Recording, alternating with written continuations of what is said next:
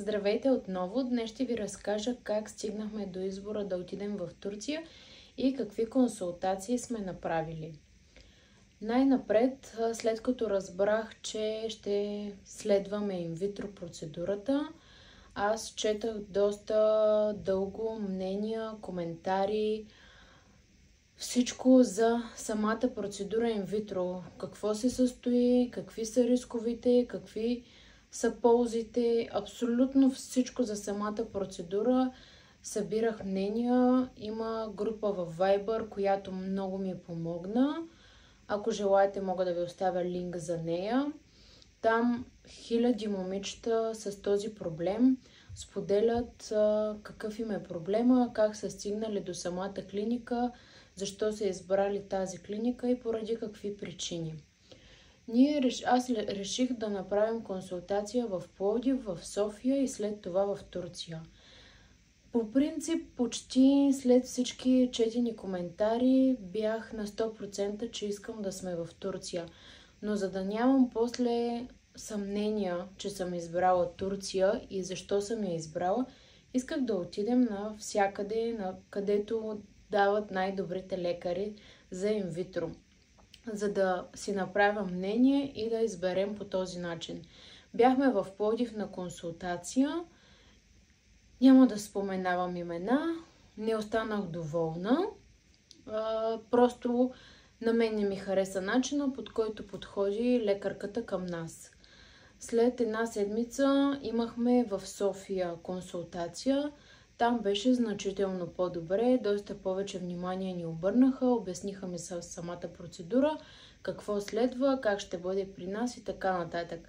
Останах доволна оттам, но някак си не на 100%. След 2-3 седмици вече някъде ни беше консултацията в Турция, като преди това за Турция искат едни задължителни изследвания за мъжа и за жената.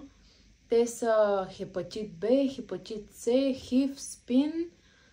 При жената искат ТСХ, пролактин, глюкоза, пълна кръвна картина и общо взето това е. Съответно, ако имаш цветна снимка или спермограма за последните 6 месеца, ги носиш на самата консултация.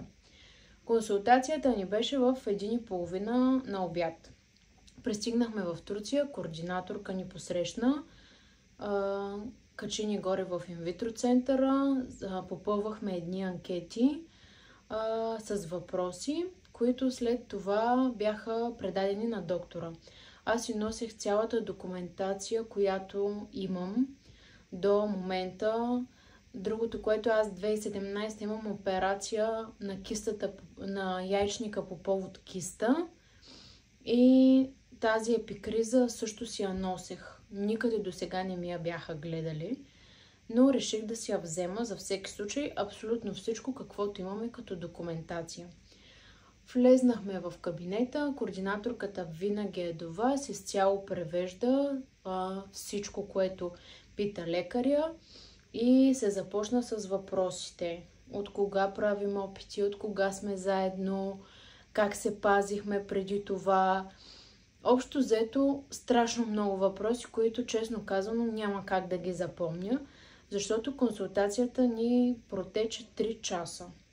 Без да преувеличавам, буквално 3 часа бяхме в кабинета, питаха на до 10-то коляно за роднините, дали те имат оплаквания, дали са имали, дали е имало такъв случай в семействата ни и така нататък.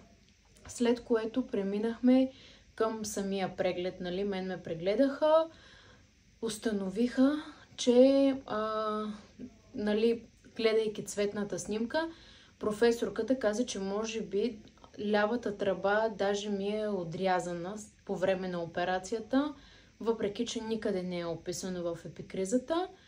Много обстойно ми разгледаха епикризата от операцията, задаваха ми въпроси, защо се е наложила, защо по спешност. Наистина страшно много въпроси, които няма как да ви ги кажа, защото не ги помня. Но просто виждаш едно отношение, което тук в България го няма. Не се бърза, не се притупва, нали? На тях им стана ясно, че ние сме за инвитро, така или иначе, но искаха да разберат защо сме стигнали до тук, какъв е проблема при моя мъж, какво е приемал, как се е случило, нали? Имаше неща в спермограмата, които ги откриха в Турция, в България не ни ги бяха казали и не се беше наблегнало на това нещо.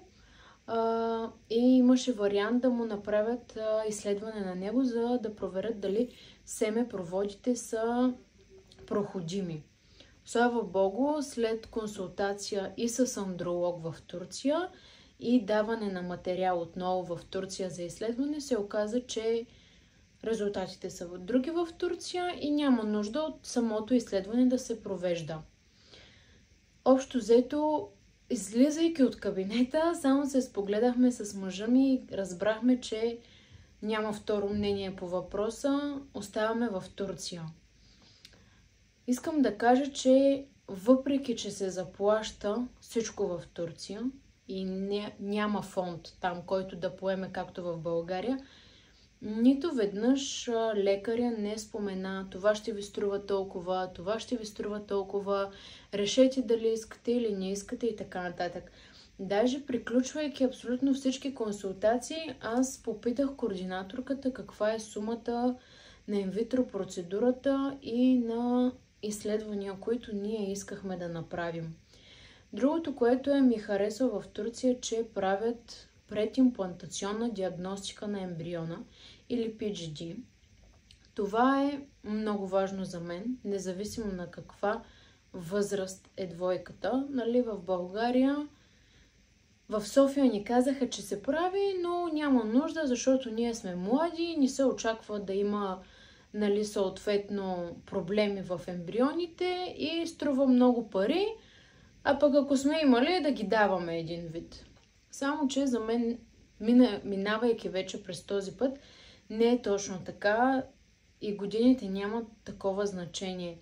Аз, започвайки процедурата, бях на 28 години, а моя мъж на 34. След ембрионите, които бяха оплодени, след тези 6 ембриона, ние направихме това изследване и се оказа, че само 4 от тях са напълно здрави. Значи, независимо, че сме на толкова малка възраст, нали, за тях, има дефект все пак в ембрионите, в 2 от тях. Няма как да се каже, че възрастта определя това дали ще има някакви генетични аномалии или нещо в ДНК-то и каквото и да е. В смисъл, няма как годините да ти гарантират, че всичко ще е окей с ембриона. Това изследване, PGD, е важно, защото от тези 4 ембриона, които ни останаха на нас, ние знаем, че това са най-читавите ембриони, така да ги кажа. И дори да е успешен трансфера, когато е минало такова изследване, ти знаеш, че ембриона ще се развие правилно.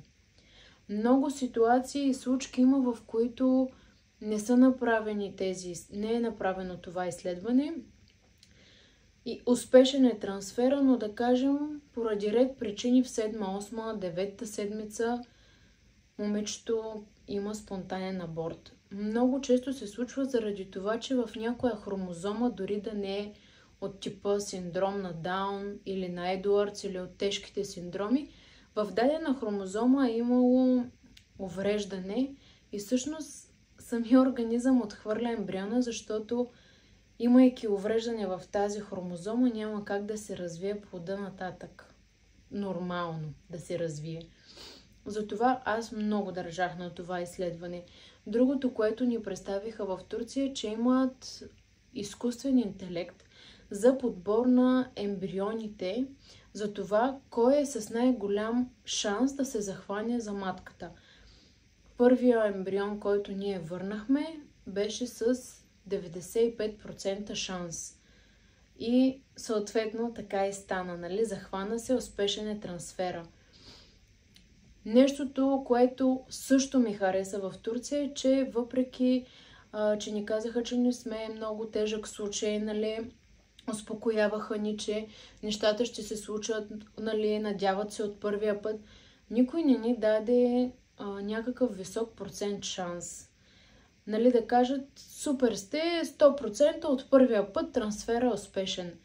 Аз не искам това нещо и не държа на това нещо, защото жени преминали през това, през инвитро, през това всеки месец да чакат дали ще им дойде цикъла или няма да им дойде.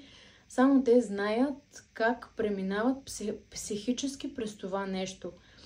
И минавайки самата процедура инвитро и да ти кажат, че имаш 100% шанс, ти се надяваш и в крайна сметка не е успешен този трансфер. За мен това е страшно сриващо за психиката, било и на жената, било и на мъжа. Нали?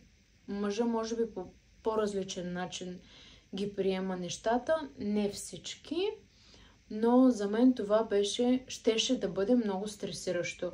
Щях да почна да си задавам въпроси, 100% ми дадаха шанс, защо не се получи, ето, има ми нещо, те ни откриват нещо и аз да почна да се съмнявам в самата клиника, което не е хубаво. Довериш ли се на един лекар, за мен е най-важното да останеш при този лекар. Да му имаш 100% доверие в това, което ще преминете заедно, което ще ти прави и абсолютно всичко. Другото, което ми хареса в Турция е, че там има лекари за всяко едно нещо. Затова и нашата консултация протече толкова дълго време. Доктора, който ни прие, той прави само прегледи. Да кажем, сутринта в Турция, сутрин до обяд са прегледите, когато се започнал стимулация. След обяд са консултациите, първичните, на които бяхме ние. И той отделя достатъчно много време. Той не бърза, сега ще го извикат ли за пункция, пък за трансфер, ще го чака ли отвънка някое момиче, нали, точен час за всяко едно нещо си има. Не, няма такова нещо. Тези лекари само единствено правят консултации и преглеждат по време на стимулация. Той ме преглеждаше през цялото време на стимулация. След това, втори лекар, друг, мисля, че бяха 2 жени в болницата, правят само пункция, което значи, че цял ден тези лекарки правят само и единствено пункция. Много е важно 48 часа преди пункцията се слага стопираща инжекция. И точно на 48-я час да се извлекат яйцеклетките, за да са годни и да са озрели. Ако не се направи, ако се закъсне, стимулацията може да е била на празно. В случая, когато 2 лекарки извършват това нещо, си има точно определен график и те си знаят. През 20, през 30 или през колкото време там трябва, те си правят пункции. Това е втората процедура от инвитрото. На третия етап трансфера също го правят само 2 лекари. Цял ден и нон-стоп тези лекари правят само трансфери. И за мен по този начин всеки лекар е тясно специализиран и усъвършенстван в това да прави пункция, да знае как точно се извършват прегледите и да знае как точно се прави трансфера. В България на мен това не ми харесва, че един лекар прави всичко. Насякъде слушаме как се чака, с сумати часове. Просто, не знам, преминавайки през това, виждайки колко часовете са важни за това нещо, някак си това много ме успокои. Знаейки, че аз ще влезна в точния час, ще ми се направи от точния лекар, доктора няма да бърза, да мисли за нещо друго и така нататък. Аз не казвам, че в България няма успеваемост, когато прави един лекар всичко, но е доста по-натоварен и може би не обръща толкова много внимание на вас, на въпросите ви, на всичко. През цялото време, каквито и въпроси да съм имала, винаги съм ги задавала през координаторката и винаги ми е било отговаряно на тези въпроси. Затова ние избрахме Турция. Точно заради тези причини и смятам, че, пак казвам, сме направили най-добрия избор. Не мога да дам съвет кой къде да отиде или 100% отивай в Турция, не в България. Много хора имат успеваемост в България, нищо не искам да кажа, но просто ние усетихме лекарите в Турция, че са на 100% с нас във всяко едно нещо. С усмивка, с положителна емоция и това е много важно, защото те и на нас вдъхваха страшно много положителна енергия, а минавайки през това нещо, смея да твърдя, че 50% от успеха е положителната нагласа, винаги да си само напред, да вярваш и да знаеш, че това е твоето място и че ще се случат нещата. Благодаря ви, ще ви разкажа и за самата процедура едно по едно, как премина в час 3.